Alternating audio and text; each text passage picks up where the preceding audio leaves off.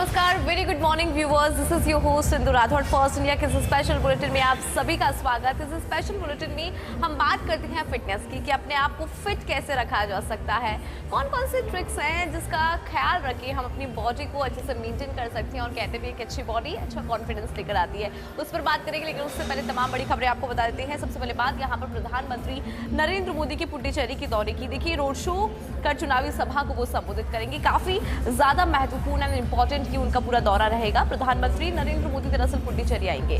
पुडुचेरी के दौरे की बात करें तो रोड शो करके चुनावी सभा को यहाँ पर संबोधित करेंगे। ये जो रोड शो है, अगर इसकी बात की जाए तो देखिए प्रधानमंत्री नरेंद्र मोदी का यहाँ पे रोड शो होगा। इसके अलावा एक चुनावी सभा जो है उसको भी संबोधित करेंगे और बड़ी संख्या में जो लोग हैं वो इस सभा का हिस्सा होंगे। तो ऐसे में काफी ज्यादा महत्वपूर्ण ये पूरा दौरा उनका रहने वाला है। चुनावी सभा को यहाँ पे संबोधित करेंगे, यानी कि हुंकार भरेंगे और अपने पक्ष में माहौल बनाने की पूरी कोशिश यहाँ पर की जाएगी। तो प्रधानमंत्री नरेंद्र मोदी चूंकि पुडुचेरी पहुंचेंगे, जहां पर चुनावी सभा है उसको भी वो संबोधित करेंगे। रोड शो यहाँ पर प्रधानमंत्री का होगा, जिसकी वजह से इम्पैक्ट जो है वो पड़ता है, क्योंकि आपने देखा होगा तमाम राज्यों में जब कोई चुनाव होते हैं तो स्टार प्रचारक में सबसे पहला नाम आता है प्रधानमंत्री नरेंद्र मोदी का। ऐसे में प्रधानमंत्री नरेंद्र मोदी पुडुचेरी के दौरे पर रहेंगे और इस दौरान रोड शो यहाँ पर देखने को मिलेगा। इस रोड शो के बाद की अगर बात की जाए तो देखिए चुनावी सभा जो है वो भी यहाँ पर होगी। इस चुनावी सभा को प्रधानमंत्री नरेंद्र मोदी संबोधित करेंगे।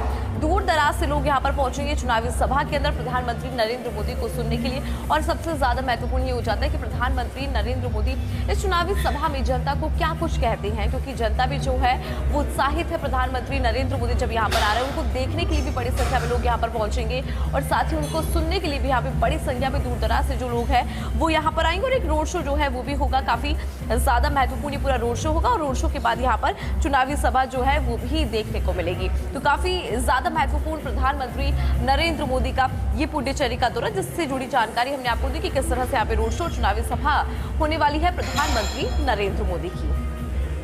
चलिए, बड़ी खबर है जोधपुर की। मंडोर मंडी में बड़ी कार्रवाई, खाद्य सुरक्षा विभाग की टीम का यहां पर छापा। आपको बता दें कि 13,244 किलो घी और खाद्य पदार्थ जब्त। संदिग्ध मिलावटी सामान मिलने से हड़कंप की स्थिति है। केंद्रीय टीम ने मौके पर कार्रवाई की है, यानी कि बड़ी कार्रवाई को यहां पर अंजाम दिया गया। देखिए, आयुक्त टी शुभ मंगला के निर्देशन में यहाँ पे छापा मारा गया। उनके निर्देशन में पूरी कार्रवाई हुई है। CMHO डॉक्टर SS शेखावत के निर्देश पर कार्रवाई हुई। मंडी में लंबे समय से मिलावट की आशंका जो है वो यहाँ पर प्रकट की जा रही थी। लंबे समय से कहा जाता कि मिलावट जो है वो यहाँ पर हो रही है। जब्त सामान के सैंपल जांच के लिए भेज दिए गए। जो सामान यहाँ पर जब्त हुआ है उसके जो सैंपल्स है वो यहाँ पर जांच के लिए भेजे गए हैं। और मिलावटखोरों पर कानूनी शिकंजा कसने की भी पूरी तैयारी है। जो मिलावटखोर है उन पर यहाँ पर पूरी तरह से शिकंजा कसने की तैयारी है। और कार्रवाई से इलाके में देखिए अफरा तफरी का माहौल जो है वो भी यहाँ पर बना हुआ है। इस पूरी कार्रवाई से अफरा तफरी की स्थिति यहाँ पर बनाई है, क्योंकि बड़ी कार्रवाई को अंजाम दिया। देखिए, इस पूरी खबर को विस्तार से समझेंगे। रेजिडेंट एडिटर राजीव गौड़ हमारे साथ फोन लाइन पर कनेक्ट हो गए। राजीव, आपके पास क्या अपडेट है इस पूरे मामले को लेकर, किस तरह से इस पूरी कार्रवाई को यहाँ पर अंजाम दिया गया? देखिए, देर रात तक इस पूरे मामले को लेकर के कार्रवाई चलती रही। मंडोर मंडी में लगातार मिलावटी घी और तेल की शिकायतें आ रही हैं, उसके चलते जिस तरह से लगातार कार्रवाई की जा रही है। और ऐसे में समझा जा सकता है कि ये जो कल रात की कार्रवाई है ये बड़ी कार्रवाई है। 13,244 किलो घी और खाद्य पदार्थ जब्त किए गए और जो संदिग्ध से मिलावट करने वाले उनमें तो हड़कंप मचा है। लेकिन देखिए, ये ऊपर से आदेश होते हैं, जब CMHO को उसको डायरेक्शन दे रहे हैं, समझा जा सकता है सैंपल की जो जांच ली गई है उस जांच के बाद में जो रिजल्ट आते हैं उससे पता लगेगा कि कुल मिलाकर के इस पूरे मामले में किसकी गलती है, किसकी बिल्ली को कहते हैं, कौन मिलावट करते हैं, पूरा नेटवर्क क्या उसका भंडाफोड़ होना है। जी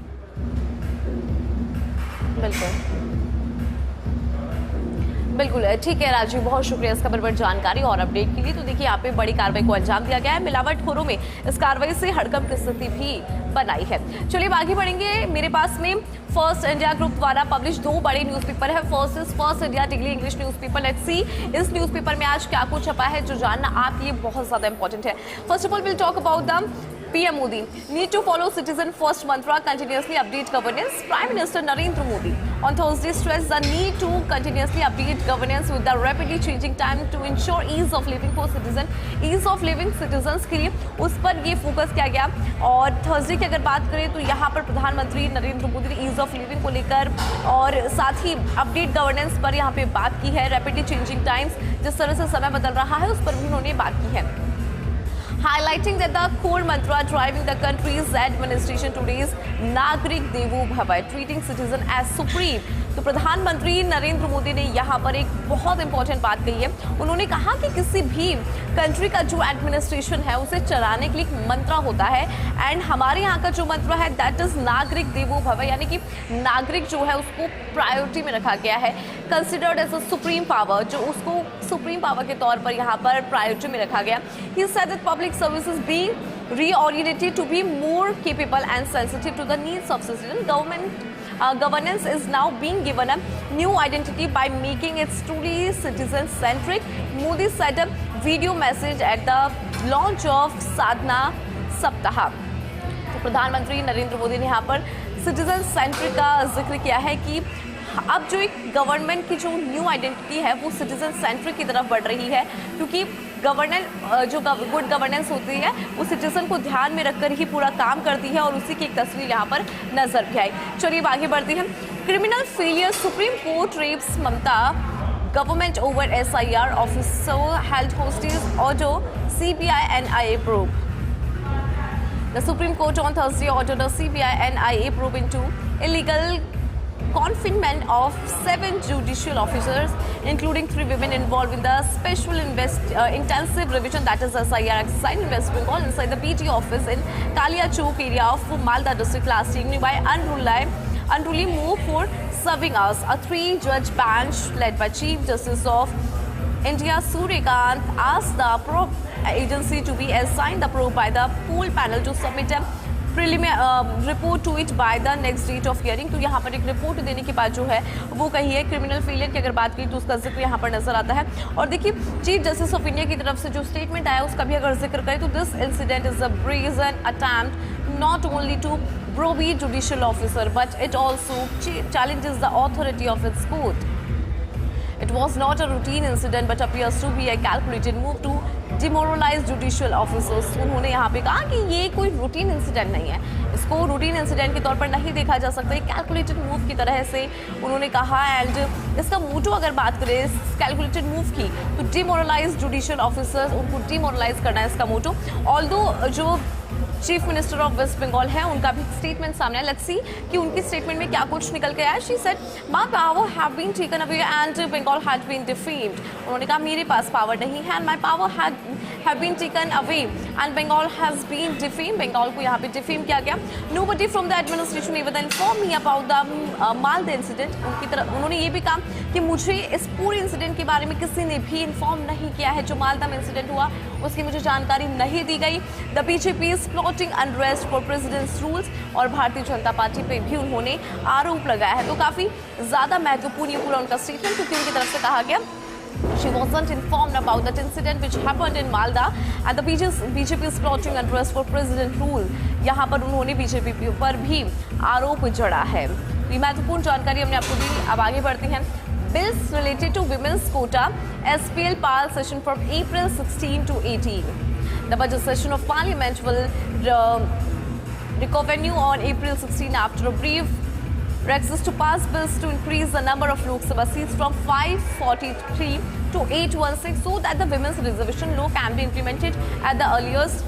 क्योंकि अभी जो है वो 543 सीट्स है, लेकिन इसे 816 करने की बात यहाँ पर सामने आई है। एंड इसको जितना जल्दी इंप्लीमेंट किया जा सके उस पर यहाँ पे बात हुई है। And what is expected to be the latest flash point between the government and the opposition amid the pool session.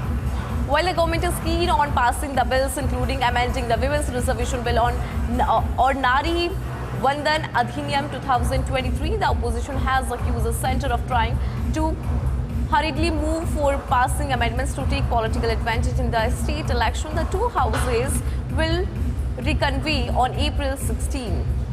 तो यहाँ पर हालांकि ऑपोजिशन जो है उसकी तरफ से आरोप लगाया गया कि बहुत ज़्यादा हरी के अंदर जो ये बिल है इसे पास करने की, ये जो अमेंडमेंट है इसको पास करने की बात उन्होंने कही, क्योंकि इसका जो पॉलिटिकल एडवांटेज है वो यहाँ पर गवर्नमेंट जो है जो फिलहाल गवर्नमेंट है वो इसका फ़ायदा उठाना चाहती है। क्योंकि आपने देखा होगा कि इलेक्शंस यहाँ पर है, तो जो जहाँ पर इलेक्शन है वहाँ पर ही इसका पॉलिटिकल एडवांटेज के तौर पर ओपोजिशन इसे दे रही है। war of words in Rajya Sabha over the issue. The issue saw a war of words between the Treasury and opposition benches in Rajya Sabha, with leaders of House JP Nadda stressing that the government has the right to decide on the timing when a legislation has to be brought in, while leader of opposition Mallikarjun Kharge accused the government of being a bully and claimed that the BJP of trying to draw political mileage of issue of women's reservation. यहाँ पर देखिए words की जो war है, war of words भी राज्यसभा में नजर आई है। ओपोजिशन की तरफ से भी मल्लिकार्जुन खड़गे ने यहाँ पे गवर्नमेंट पे आरोप लगाया of being a bully and claim that the BJP of trying draw political mileage out of issue.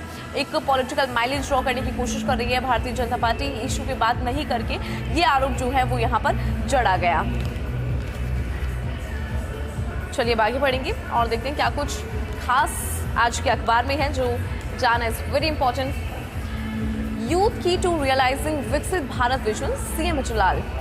Rajasthan Chief Minister Bachchanlal Sharma on Thursday addressing a review meeting at the Chief Minister's residence said youth are key to realizing PM Narendra Modi's Viksit Bharat vision, highlighting My Bharat platform as a tool for nation building. My Bharat tool का यहाँ पे उन्होंने जिक्र किया। It is considered as a tool, किसके लिए? अगर इसकी बात की जाए तो नेशन बिल्डिंग के लिए एज अ टूल कंसिडर्ड यहाँ पर किया गया है। He said over 17 lakh youths have registered and stressed linking them with skills in tourism, solar and petrochemicals and local jobs through platform data. He called for de-addiction, fitness and awareness driving under fit Rajasthan hit Rajasthan. Fit Rajasthan hit Rajasthan का भी जिक्र उन्होंने यहाँ पर किया और साथ ही कहा कि जो युवा हैं वो लगातार अपने स्किल्स पे काम कर रहे हैं। हम टूरिज्म की बात करें, सोलर की बात करें, पेट्रोकेमिकल्स की बात करें, और also if we talk about the local jobs, तो इस प्लेटफॉर्म डेटा के बाद उनको यहाँ पर बहुत ज़्यादा मदद भी मिली है। He said youth policy 2026 and schemes promote entrepreneurship. उन्होंने कहा जो हमारी यूथ पॉलिसी 2026 से ये प्रमोट करती है स्कीम्स को, इसके अलावा एंटरप्रेन्योरशिप को, यानी कि युवा जो है वो काम नौकरी करने वाला नहीं बल्कि नौकरी देने वाला बने। इस उद्देश्य के साथ इस पॉलिसी को यहाँ पे लॉन्च किया गया था और उसी मोटो के साथ लगातार ये पॉलिसी जो है वो युवाओं को फायदा भी दे रही है। The government target 4 lakh jobs with 1.25 lakh given and over 1 lakh post notified. Officials outline key programs and CM Sharma interacted with young leaders. यहाँ पर उन्होंने young leaders के साथ में एक interaction भी किया। Under Chief Minister's leadership, Raj rolls out global skill centers in Jaipur, Bharatpur. Under CM Bachchanlal Sharma, Rajasthan has initiated Skill India International Centers to prepare youth and global employment under the Union Skill Development Ministry program. लगातार जो युवा है वो हमारे इन schemes के तहत आगे भी बढ़ रहा है और उनको एक मोटिवेशन जो है वो यहाँ पर मिल रही है।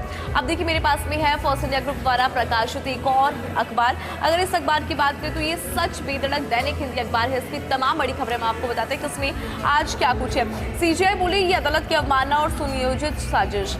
सुप्रीम कोर्ट ने पश्चिम बंगाल में एसआईआर प्रक्रिया के दौरान 7 न्यायिक अधिकारियों को बंधक बनाए जाने की गंभीर घटना पर स्वतः संज्ञान लिया और राज्य सरकार को कड़ी फटकार लगाई है। मुख्य न्यायाधीश सूर्यकांत और जस्टिस जयमाला बागेची की पीठ ने इस न्यायपालिका को डराने और अदालत की अवमानना का प्रयास बताया है। देखिए कोर्ट ने कहा कि ये साधारण घटना नहीं बल्कि सुनियोजित और प्रेरित कदम प्रतीत होता है जिसका उद्देश्य न्यायिक अधिकारियों का मनोबल तोड़ना और कार्यवाही बाधित करना था। तो ये एक महत्वपूर्ण जानकारी हमने आपको दी कि किस तरह से यहाँ पर जो है अदालत की अवमानना और सुनियोजित साजिश सीजीआई ने इसको बताया। चलिए आगे बढ़ेंगे। अगले 2 से 3 सप्ताह में ईरान पर कड़ा प्रहार होगा। ईरान में जल्द काम खत्म करेगी अमेरिकी सेना। अमेरिकी राष्ट्रपति डोनाल्ड ट्रंप ने बुधवार को राष्ट्र के नाम अपने संबोधन में कहा कि अमेरिकी सेना ईरान में जल्द ही काम खत्म कर देगी क्योंकि मुख्य रणनीतिक उद्देश्य पूरे हो रहे हैं। उन्होंने कहा कि ऑपरेशन एपिक फ्यूरी में अमेरिकी बलों ने ईरान की मिसाइल्स, ड्रोन और जो वेपन्स निर्माण की क्षमता है उसको कमजोर यहाँ पर किया है। इसके अलावा ट्रंप ने जोर देकर कहा कि अमेरिकी कार्रवाई का उद्देश्य ईरान के तेल या संसाधन हासिल करना नहीं है बल्कि अमेरिका के सहयोगियों की सुरक्षा सुनिश्चित करना है। ये उनकी तरफ से क्लियर हो चुका है कि हमारा मोटो क्या है। उन्होंने ये बताया कि B-2 बम वर्षकों द्वारा परमाणु ठिकानों पर हमला किया गया और ईरान की नौसेना व वायुसेना यहाँ पर कमजोर हुई है। तो ईरान की जो सेना है वो यहाँ पर कमजोर हुई है, इसका भी जिक्र उन्होंने यहाँ पे किया। अब आगे बढ़ेंगे। पेट्रोकेमिकल उत्पाद पर कस्टम ड्यूटी माफ। दरअसल भारत सरकार ने पश्चिम एशिया में जारी तनाव और वैश्विक सप्लाई चेन में आई बाधाओं के बीच में महत्वपूर्ण राहत देते हुए महत्वपूर्ण पेट्रोकेमिकल उत्पादों पर 30 जून 2026 तक कस्टम ड्यूटी पूरी तरह से माफ करने का फैसला किया है। वित्त मंत्रालय ने गुरुवार को इसकी घोषणा की है। इसकी अनाउंसमेंट, इसकी घोषणा हो चुकी है। सरकार ने स्पष्ट किया कि ये कदम अस्थायी और लक्षित राहत के कदम रूप में उठाया गया है, जिससे देश में आवश्यक पेट्रोकेमिकल कच्चे माल की उपलब्धता सुनिश्चित की जा सके। इसके साथ ही डाउनस्ट्रीम उद्योगों पर बढ़ते लागत दबाव को कम करना, उत्पादन व सप्लाई को स्थिर बनाए रखना भी इसका एक मुख्य उद्देश्य माना जा रहा है। सरकार ने ये भी भरोसा दिलाया कि देश में कच्चे तेल, पेट्रोल, डीजल और LNG का पर्याप्त भंडार उपलब्ध है। साथ ही विभिन्न वैश्विक आपूर्तिकर्ताओं से ऊर्जा आपूर्ति जारी रखी जा रही है, जिससे अल्पकालिक संकट का प्रभाव सीमित रखा जा सके। चलिए आगे बढ़ेंगे। डिजिटल मैपिंग से गांव शहर की योजना में क्रांति, सीएम जुलाल शर्मा ने कहा, राजस्थान में गांव और शहरों में सुनियोजित विकास के लिए डिजिटल तकनीक को केंद्र में रखकर नई पहल शुरू की गई है। मुख्यमंत्री जुलाल शर्मा ने विकसित ग्राम विकसित बाढ़ अभियान के तहत 2030, 2035 और 2047 तक का दीर्घकालिक मास्टर प्लान तैयार करने के निर्देश यहां पर दिए हैं, जिसमें स्थानीय लोगों के सुझावों को यहां पर प्राथमिकता दी जाएगी। जो स्थानीय लोग हैं उनके सजेशंस को यहां पर प्रायोरिटी में रखा जाएगा। और मुख्यमंत्री ने गुरुवार को मुख्यमंत्री निवास पर भास्कराचार्य राष्ट्रीय अंतरिक्ष अनुप्रयोग एवं भू सूचना विज्ञान संस्थान के सहयोग से विभिन्न परियोजनाओं में डिजिटल मैपिंग को बढ़ावा देने को लेकर एक उच्च स्तरीय बैठक की भी अध्यक्षता की। एक महत्वपूर्ण बैठक जो है उसकी अध्यक्षता उन्होंने की। उन्होंने कहा कि डिजिटल मैपिंग के माध्यम से गांव और शहरों की वास्तविक जरूरतों को समझकर ज्यादा प्रभावी और वैज्ञानिक योजना बनाई जा सकेगी। उन्होंने अधिकारियों को निर्देश दिए कि इस अभियान में डिजिटल मैपिंग का अधिकतम उपयोग सुनिश्चित किया जा सके, ज़्यादा से ज़्यादा इसका उपयोग हो ये सुनिश्चित करिए। और ये अभियान 19 मार्च से 15 मई तक चल रहा है। तो ये काफ़ी ज़्यादा महत्वपूर्ण खबर हमने आपको बताई कि किस तरह से इसका मोटो जो है वो है डिजिटल मैपिंग से जो गांव और शहर है उनकी योजना में क्रांति लाने की बात मुख्यमंत्री जुलाल शर्मा की तरफ से कही गई। तो ये तो थी तमाम बड़ी खबरें जिसका जिक्र हमने आपको किया।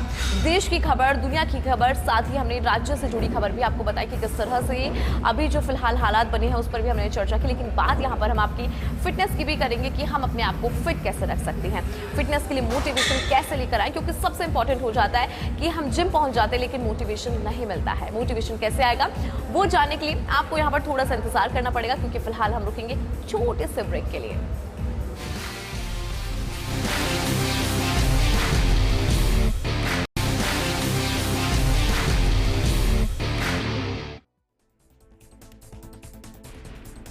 ब्रेक के बाद आप सभी का स्वागत है। अब बात हम आपके फिटनेस की करेंगे, क्योंकि जिम जब हम पहुंचते हैं तो बहुत सारे सवालों के साथ पहुंचते हैं और हमें ऐसा लगता है कि कोई ऐसा व्यक्ति हमें मिले जो इन तमाम सवालों के जवाब दे। तो मेरे साथ में ट्रेनर है अक्षत सिंह नरूका। इनसे हम बात करेंगे कि वो जो तमाम सवाल लोगों के होते हैं उनसे जुड़े जवाब ये किस तरह से देते हो, कैसे लोगों को टैकल करते हैं। सबसे पहले मैं बात सर उनकी करूंगी जो लोग जिम में पहुंचते तो उनको बहुत सारे मिथ होते हैं, बहुत सारी बातें वो सुनकर आते हैं। जैसे कि आपने भी देखा होगा, लोग जब जिम में आते हैं तो कहते हैं कि हमें सिर्फ जो हमारा टमी एरिया इसका फैट रिड्यूस करना है, हमें और कुछ नहीं करना।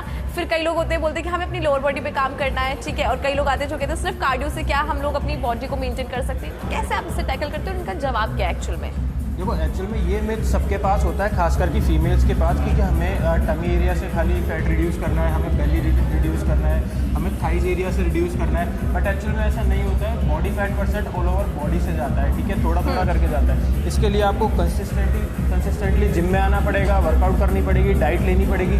बहुत चीज़ें हैं जिसमें आपको कंट्रोल करना पड़ेगा, जैसे आपकी डाइट जो डेली रूटीन। अब लोग क्या करते हैं, सब ऐसे बोलते हैं कि मैं सिर्फ घर का बना हुआ खाती हूँ या खाता हूँ, बट घर का बना हुआ खाना बहुत चीज़ों में कोलेस्ट्रॉल हाई होता है। इंडियन डाइट के अंदर कार्ब ज़्यादा होते हैं, फैट ज़्यादा होता है। अगर आप उठते ही सुबह ब्रेकफास्ट में खाओगे तो मम्मी 4 आलू के पराठे बना के रखती है, ठीक है, तो वो चीज़ सबसे ख़राब होती है, वो चीज़ नहीं करनी है, ठीक है। एक सिंपल सा रूटीन बताता हूँ मैं आपको, एक हैक बताता हूँ मैं यहाँ पे, कि अगर आपको एक्चुअल में फैट लॉस करना है तो सुबह खाली पेट आप रनिंग करो, ठीक है, और ब्रेकफास्ट में करीबन अपना 100% खाओ, जिसके अंदर आपकी फुल प्लेट हो, जिसमें आपका प्रोटीन भी हो, सबसे ज़्यादा प्रोटीन हो, 60% प्रोटीन हो, 30% कार्ब हो, 20% फैट हो। क्या इंक्लूड कर सकते हैं एक बार अगर आप सर कुछ चीज़ें बताएंगे कि ये आप खा सकते हो अपने ब्रेकफास्ट में? ठीक है, देखो, प्रोटीन में veg source non veg source दोनों होते हैं, ठीक है। अगर जो वेजिटेरियन सोर्स में जाते हैं तो उसके अंदर आप मतलब according to your body weight, ठीक है, टोफू ऐड कर सकते हैं, आप सोया चंक्स ऐड कर सकते हैं, और अगर आप नॉन वेजिटेरियन हैं तो आप चिकन ऐड कर सकते हैं एंड एग्स ऐड कर सकते हैं इन ब्रेकफास्ट में। उसमें क्या आपको हाई प्रोटीन सोर्स मिलेगा, और एग्स के अंदर 9 अमीनो एसिड्स कंप्लीट मिलेंगे। और अगर आप वेजिटेरियन में जा रहे हैं तो सोया चंक्स हो, राजमा हो या फिर चिकपीस हो, इनके साथ राइस ज़रूर ऐड करिएगा, क्योंकि अगर आप सिर्फ वो खाएंगे तो वो इनकम्प्लीट सोर्स ऑफ प्रोटीन है। राइस ऐड करते हो तो बाकी के 2 लास्ट अमीनो एसिड उसमें जुड़ जाते हैं और उसमें कार्ब्स भी ऐड हो जाएगा। और फैट के लिए आप इसमें डेट्स ऐड कर सकते हैं, कीमिया डेट्स ऐड कर सकते हैं, बहुत सारे फैट्स हैं वो आप ऐड कर सकते हैं। सर आपने अभी 2 बातें कही कि एक तो खाली पेट आप रनिंग करो, वो बेनिफिशियल है, फिर दूसरी बात आपने कही कि ब्रेकफास्ट हैवी लो और उसमें प्रोटीन वगैरह जो है वो इंक्लूड करो ज़्यादा, और 30%, 60%, 50% प्रोटीन, 30% कार्बोहाइड्रेट और 20% अपना फैट रहेगा। अच्छा, ब्रेकफास्ट के बाद जो लंच के और ब्रेकफास्ट के बीच में जो टाइमिंग होना चाहिए, जो गैप होना चाहिए, वो कितना होना चाहिए? और लंच में हमें कितना जो है वो इनटेक करना चाहिए प्रोटीन का, या फिर लंच हमारा हैवी होना चाहिए, ब्रेकफास्ट हैवी होना चाहिए? वैसे तो बोलते हैं कि ब्रेकफास्ट शुड बी, ब्रेकफास्ट कभी भी लाइट नहीं होना चाहिए। हाँ, ब्रेकफास्ट हैवी ही होना चाहिए। और डिपेंड करता है कि आप ब्रेकफास्ट कब कर रहे हैं। अगर आपका रूटीन ये है कि आप 9-10 बजे उठ रहे हैं तो फिर आपका लंच टाइमिंग सीधा होगा, ब्रेकफास्ट नहीं होगा। ब्रेकफास्ट में आप बिल्कुल लाइट ब्रेकफास्ट करेंगे क्योंकि लंच आपका स्किप हो जाएगा उसके बाद में। सबसे बेस्ट रहेगा कि सुबह जल्दी उठो। देखो बहुत सारे एक्ट्रेसेस ऐसे होते हैं जो सुबह 4 बजे उठते हैं। 4 बजे से आपको समझ में आ गया होगा मैं किसकी बात कर रहा हूँ, मोस्टली अक्षय कुमार की, ठीक है। 4 बजे उठते हैं और फिर उनका रूटीन रहता है वर्कआउट का, दिन वो ब्रेकफास्ट करते हैं। तो अपना सबसे पहले रूटीन सुधारना पड़ेगा, ठीक है। सुबह जल्दी उठना पड़ेगा, फिर जाके ब्रेकफास्ट हैवी लो आप। 9 बजे से पहले ब्रेकफास्ट हैवी करो। और 2 बजे ऑफिस टाइमिंग है, बिजनेस है, 2 बजे या 3 बजे के आसपास अगर आपका लंच होता है तो उस बीच में एक छोटी सी ड्रिंक ऐड कर सकते हो या फिर एक छोटा सा सैंडविच ऐड कर सकते हो। ड्रिंक में आप ब्लैक कॉफ़ी भी ऐड कर सकते हो, आप ग्रीन टी भी ऐड कर सकते हो, इनफैक्ट आप एक प्रोटीन सैंडविच भी ऐड कर सकते हो, ठीक है, अगर ज़्यादा मसल बिल्डिंग करनी है तो। और अगर एक नॉर्मल डाइट चाहिए तो उसके लिए आप अब कुछ भी ऐड नहीं करके खाली पेट रखिए। अगर आपने बहुत ज़्यादा हैवी खा लिया है तो उसमें डाइजेशन को भी टाइम चाहिए होता है, 4 से 5 घंटे उसमें डाइजेशन के लिए चाहिए होते हैं। तो आप डाइजेशन के लिए टाइम भी दे सकते हो स्टार्टिंग में अगर आप शुरू कर रहे हो तो। लेकिन आप इंटरमीडिएट लेवल पे हो तो फिर उसके अंदर आपको टाइमिंग की नीड नहीं है। आप आराम से, आपको भूख लग जाएगी 11-12 बजे तक और आप एक छोटा सा सैंडविच ले सकते हो, उसके अंदर हाई प्रोटीन सैंडविच, क्योंकि आपकी बॉडी यूज हो जाती है, बॉडी यूज हो जाती है। और लंच की बात करें, जिसका ब्रेकफास्ट अगर स्किप हो जाता है तो लंच में वो 2 प्लेट्स ले। 2 प्लेट्स में एक प्लेट में आपकी वेजिटेबल्स होगी, कच्ची खाओ तो ज़्यादा बेटर है, सौते खाओ तो आपके ऊपर है, ठीक है। और स्टीम खाओ, बॉइल खाओ, सब कुछ आपके ऊपर है। ये फैट लूज के लिए बता रहे हैं सर आप? ये सब फैट लॉस के लिए, इंक्लूडिंग मसल बिल्डिंग में। इससे मसल लॉस नहीं होगा, ध्यान रखना, ठीक है। तो आप उसको सौते वेजिटेबल्स भी करके खा सकते हो, कैसे भी खा सकते हो। एक प्लेट आपकी वेजिटेबल्स की हो गई एंड देन आपका लंच वाला पोर्शन। लंच वाले पोर्शन में वही रहेगा 50% प्रोटीन, 30% कार्ब, 20% फैट, बट उसके अंदर क्वांटिटी कम रहेगी, ठीक है। ब्रेकफास्ट से ज़्यादा क्वांटिटी कम रहेगी उसके अंदर। और फिर उसके बाद आप करोगे सीधा डिनर के बीच में आप स्नैक ले सकते हो। उसके बीच में अगर आप प्रोटीन शेक लेना चाहो तो वो मच बेटर है, प्रोटीन शेक नहीं ले सकते, कुछ और लेना चाहो तो बहुत सारी चीज़ें हैं डाइट में। आप स्प्राउट ले सकते हो, आप सोया चंक्स का सैलेड ले सकते हो, बहुत सारी चीज़ें। इनफैक्ट आप पनीर को सौते करके भी खा सकते हो, पनीर टिक्का टाइप में रखते हैं। Alright, thank you sir. Thank you so much sir, आपने बहुत ज़्यादा इंपॉर्टेंट जानकारी यहाँ पे साझा करी है कि किस तरह से हमारी जो डाइट है वो बहुत ज़्यादा इंपॉर्टेंट रोल यहाँ पर प्ले करती है एक हेल्दी लाइफस्टाइल के लिए, फिटनेस के लिए। तो आज से अपनी डाइट में ये सारी चीज़ें इंक्लूड करें जो अक्षर सर ने अभी हमें बताई है। इसके अलावा वर्कआउट जो है उस पर भी आप लगातार ध्यान दें। कल फिर से मुलाकात होगी इस स्पेशल बुलेटिन में, लेकिन फिलहाल मुझे दीजिए इजाज़त। नमस्कार।